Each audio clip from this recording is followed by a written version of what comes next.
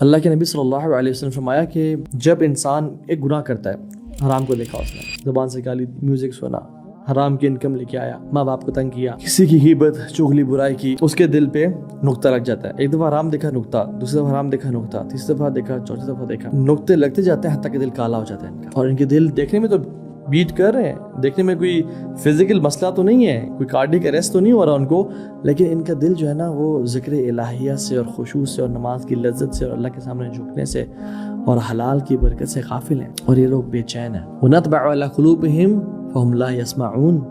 ان کے دل پہ تالے ہیں اور یہ سن نہیں سکتے. ان کے نا کان، ان کی آنکھیں، ان کے دلوں پہ نا مہر لگ چکی ہے. قرآن کہتا ہے کہ یہ آنکھیں اندھی نہیں ہوتی بلکہ دل اندھے ہوتے ہیں. عبداللہ بن ام مکتوم کو دیکھ لیں آپ رضی اللہ عنہ، وہ آنکھوں سے اندھے تھے بٹ دل ان کا زندہ تھا. کچھ لوگ ہو سکتے ہیں جو دیکھنے میں 6/6 ان کی آئی سائٹ ہو اور ان کی جو کانوں کی ہیئرنگ ہے وہ بالکل 100% ٹھیک ہو، بٹ ان کے دل غافل ہو چکے ہوں اور ان کو آخرت ذرا پرواہ نہ ہو اور دنیا کی خواہشات اور لذتوں میں اور زنا اور فحاشی میں انوالوڈ ہو. اور ایسے لوگوں کی کمپنی میں بیٹھنے سے منع کیا گیا ہے. وَلَا تُطِعْ مَنْ أَغْفَلْنَا قَلْبَهُ عَنْ ذِكْرِنَا وَاتَّبَعَ هَوَاهُ وَكَانَ أَمْرُهُ فُرُطًا. اپنی نظریں نیک لوگوں سے ہٹا کے ان لوگوں کی طرف دیکھنی بھی نہیں ہے، اور وہ کیا کرتے ہیں؟ کیوں؟ وَاتَّبَعَ هَوَاهُ، اور یہ اپنے خواہشات کو فالو کرتے ہیں.